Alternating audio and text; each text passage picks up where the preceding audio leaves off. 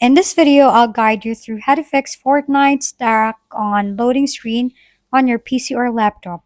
For the first step, open the Epic Games launcher and click on Library, find your game, click on the three dots next to it, then select Manage and click on Verify. Next, open the search bar and type Run, then click on it, and the run backs, type temp and press Enter. Once inside the folder, press Ctrl plus A on your keyboard to select all files, then press Delete and click Cancel if any files can't be deleted. Most temporary files will be removed. Next, search for Display Settings and open it.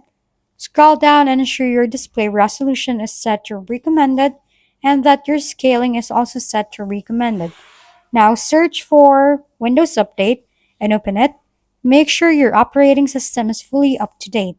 Once you've completed all the steps, restart your computer and the problem should be fixed.